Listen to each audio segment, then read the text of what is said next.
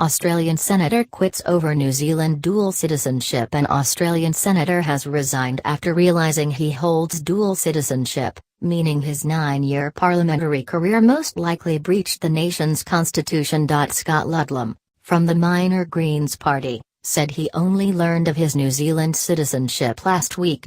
Under Australia's constitution, a person cannot run for federal office if they hold dual or plural citizenship. Mr. Ludlam had been told his eligibility would be challenged in court. The senator, who was also Greens co-deputy leader, apologised for what he called an avoidable oversight. "This was my error, something I should have checked when I first nominated for Senate pre-selection in 2006, he said, adding that he was personally devastated. How did it emerge? Mr. Ludlam was 3 years old when he left New Zealand with his family.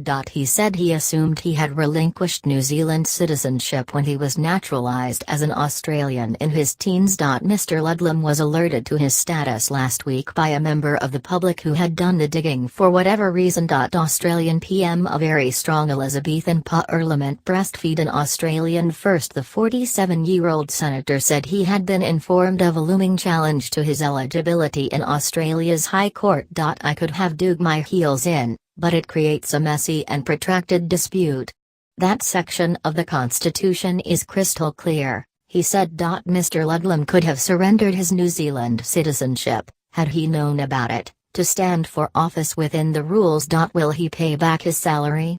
The High Court has ruled 2 senators ineligible since a federal election last year. The politicians, Bob Day and Rod Coulaton, were initially told to repay their salaries, but the government ultimately spared them from doing so. Mr. Ludlam said he hoped that common sense would prevail. "We will petition them, if they come after us, for the kind of relief that was offered to Senators Day and Coulaton," he said. Mr. Ludlam's vacant seat is expected to be filled by another Greens candidate.